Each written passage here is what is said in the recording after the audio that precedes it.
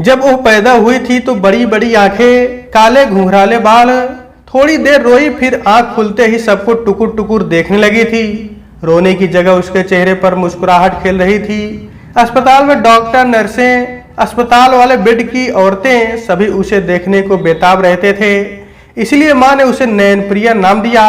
बीते वक्त के साथ बहुत कुछ बदल गया। नैनप्रिया की सुंदरता उसके बड़े होने के साथ ही बढ़ने लगी। माँ नजर का काला टीका लगाते हुए अपनी बिटिया की सुंदरता के ऊपर बलिहारी जाती थी। कौन जानता था कि भविष्य की गर्त में नैनप्रिया के लिए एक ऐसी जिंदगी की कहानी छुपा रखी है जिसकी परिकल्पना माँ से एक लड़की सिहर उठती है। 7 साल की नैनप्रिया अधिकतर घर में अकेली ही रहती थी। दूर रिश्ते के चाचा उसके घर में रहकर पढ़ाई किया करते थे, तो माँ बाप उन्हीं के भरोसे नैनप्रिया को छोड़कर काम पर, शादी ब्याह के निमंत्रण में, जलसों में चले जाया करते थे। नैनप्रिया को भी खेलने के लिए चाचा जी का साथ मिल जाया करता था।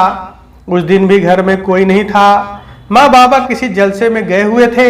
नैनप्रिया स्कूल से घर आई, कपड़े बदलने लगी तो उसे ऐसा लगा कि कोई उसके पीछे खड़ा है। पलट कर देखा तो चाचा जी खड़े बस उसी को देखे जा रहे थे। क्या हुआ चाचा जी? नैनप्रिया ने बड़ी मासूमियत से सवाल किया।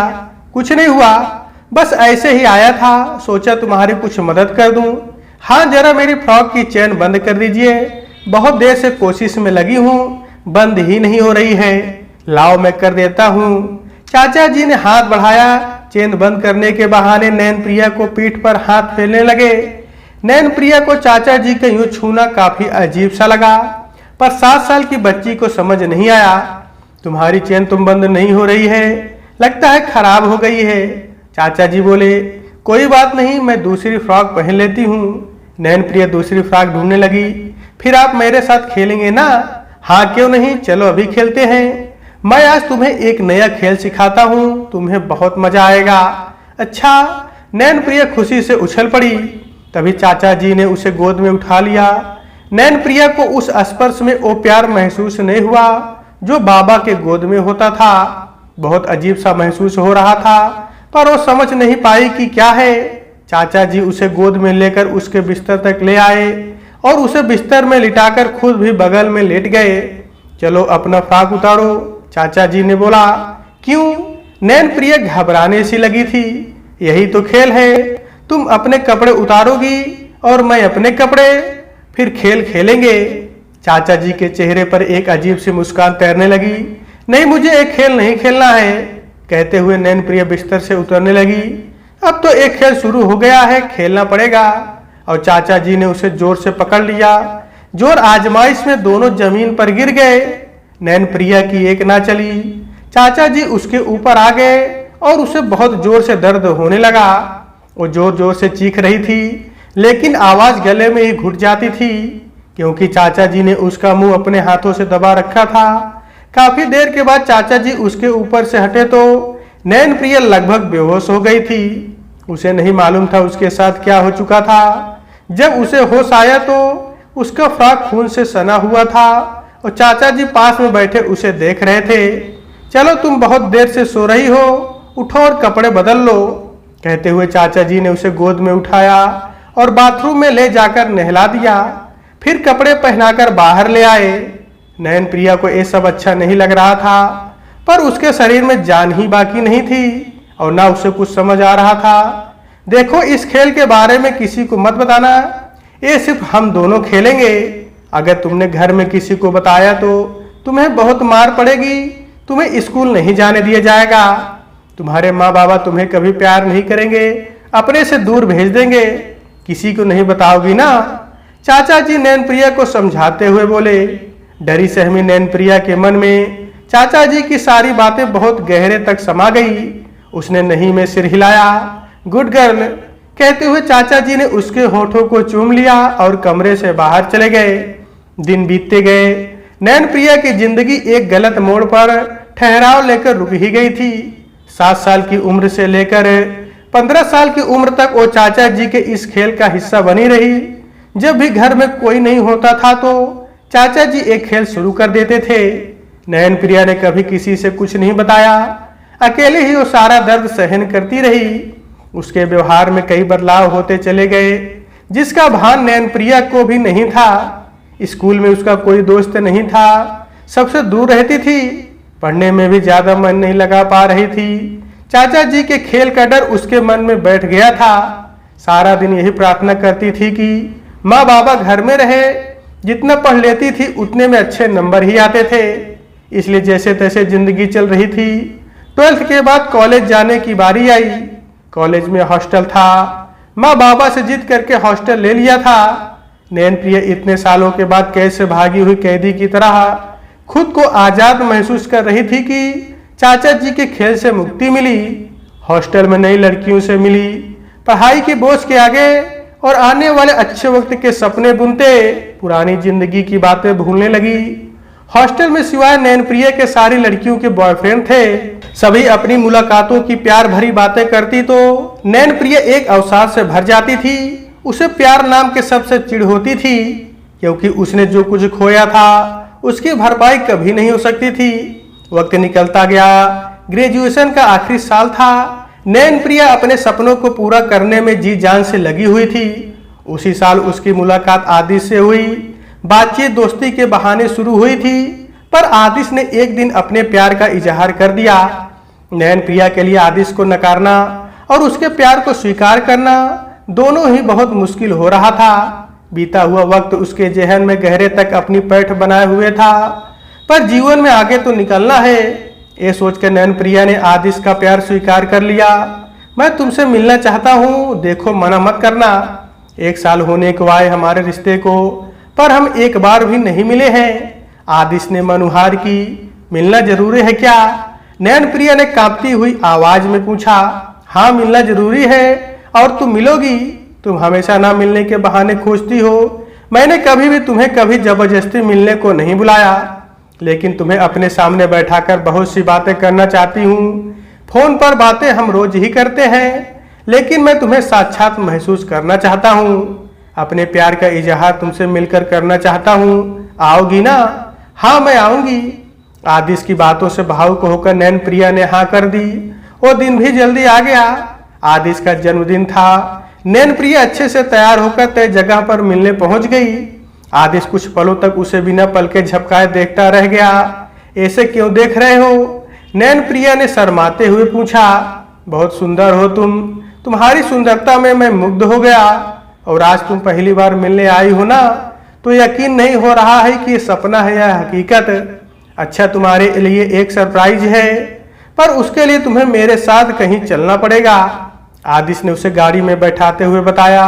कहाँ चलना है? नैनप्रिया ने हैरानी से पूछा। सरप्राइज है।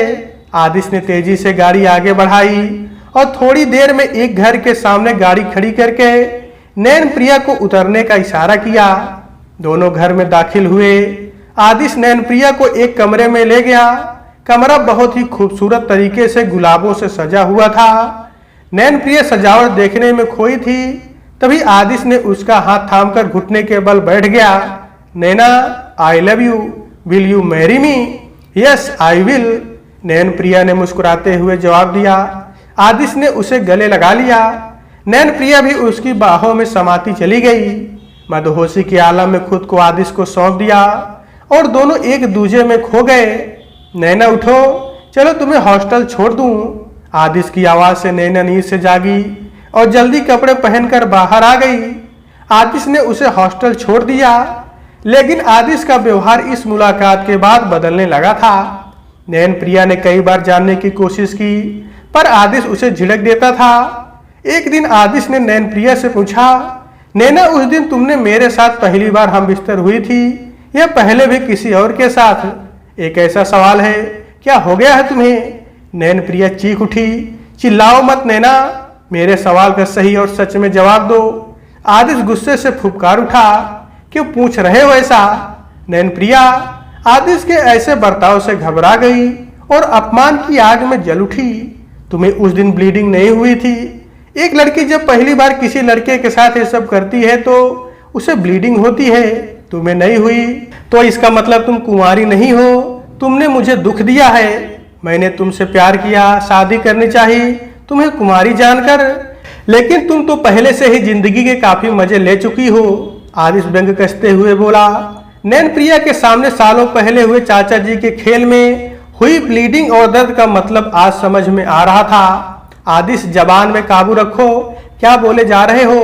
मेरे लिए तुम्हारा प्यार, शादी की ख्वाहिश मेरे कुंवारेपन से थी तो पहले बताते, मैं तुम्हें कभी प्यार ही नहीं करती। मेरी जिंदगी के तुम पहले लड़के हो जिसे मैंने प्यार किया, अपनी मर्जी से अपना तन मन सौंप दिया, ये सोचकर कि तुम मेरी भावनाओं की, मेरे शरीर की कद्र करोगे। लेकिन तुम भी स्वार्थी निकले। सालों पहले तुम्हारी तरह ही एक मर्द ने मुझसे खेल का नाम देकर मुझसे मेरा बचपन छीन लिया था। आज तुमने प्यार का नाम देकर मुझसे मेरी भावनाएं छीन ली।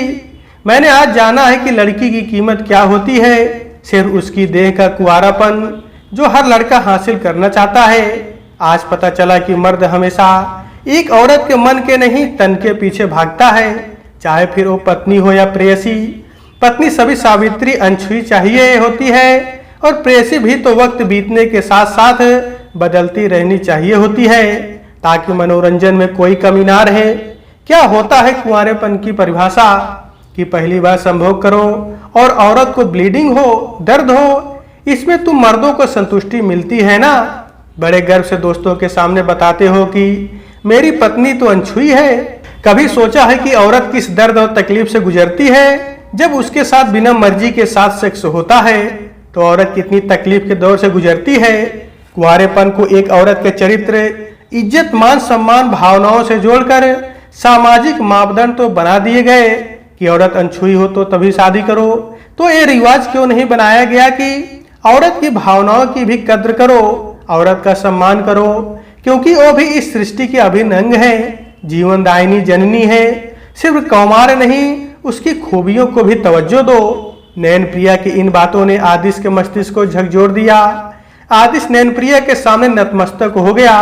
मुझे माफ कर दो नैना, मैं इन बेकार के सामाजिक रीति रिवाजों को तुमसे ज्यादा महत्व दे रहा था। तुम्हारी बातों ने आज सही मायने में मेरी सोच में जमी गंदगी को साफ कर दिया है। आज मैं सही मायनों में समझ पाया हूँ कि कौमार शरीर का नहीं, मन का होता है। पवित्रता मन की होती है, तन की नहीं। औरत में इतनी खूबियां होती हैं कि उसकी पवित्रता देह से नहीं, रूह से होती है।